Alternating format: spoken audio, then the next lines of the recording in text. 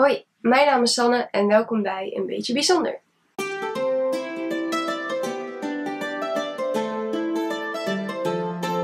In deze video wil ik het hebben over wat autisme precies is. Ik wilde eigenlijk al veel eerder een video opnemen, maar zoals je misschien hoort, ik was mijn stem kwijt. En het is nog steeds niet helemaal goed, maar ik kon niet meer wachten. Dus vandaar dat ik nu een video alsnog opneem.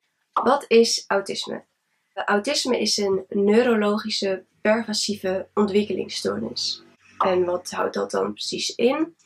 Neurologisch betekent dat het zich bevindt in je zenuwstelsel of je brein.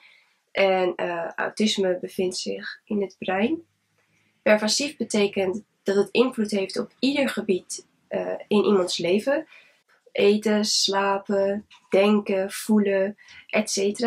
En een ontwikkelingsstoornis is een afwijking in de normale ontwikkeling. Ik doe, want wat is normaal? Bij iemand met autisme gaat de informatieverwerking in de hersenen op een andere manier.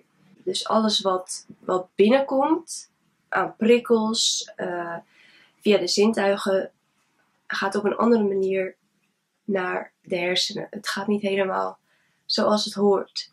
Dit levert problemen op een aantal gebieden, waaronder zintuigelijk. Want zoals ik al zei, de verwerking van de zintuigen gaat anders. Dus iemand kan geur op een veel heftigere manier ervaren dan dat iemand zonder autisme zou doen. Maar ook op gebieden zoals sociaal, communicatief, emotioneel gebied.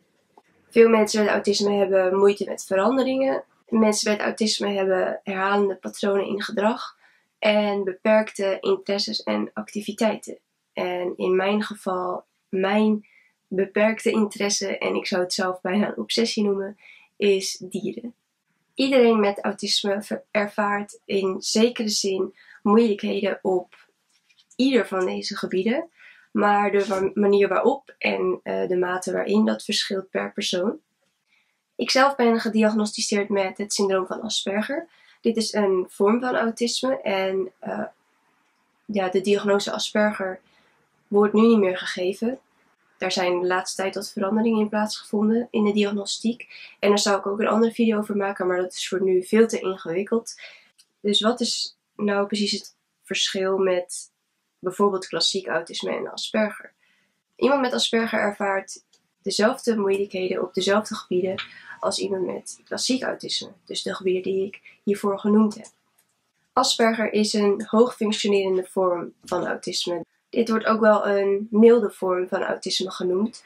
Dit betekent echter niet dat iemand de probleemgebieden als mild ervaart.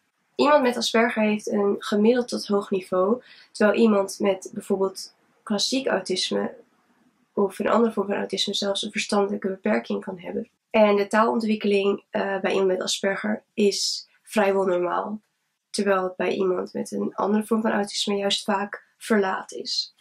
Oké, dit was een zeer beknopte uitleg over wat autisme is. En ik heb een iets uitgebreider uitleg gegeven op mijn website. Maar ja, ik ben nogmaals geen professional. En wil je precies weten wat autisme inhoudt en de wetenschap erachter, dan zou ik dat aan een professional vragen. Ik heb in deze video vooral de moeilijkheden die iemand met autisme ervaart uitgelegd. En die zal ik ook allemaal nog wat uitgebreider bespreken in andere video's. Maar we moeten vooral niet vergeten dat iemand met autisme ook heel veel sterke kanten heeft. En ook die zal ik het uitgebreid over gaan hebben in andere video's. Dat was het voor nu. Voor meer informatie kan je op de link klikken naar mijn website, hieronder in de beschrijving.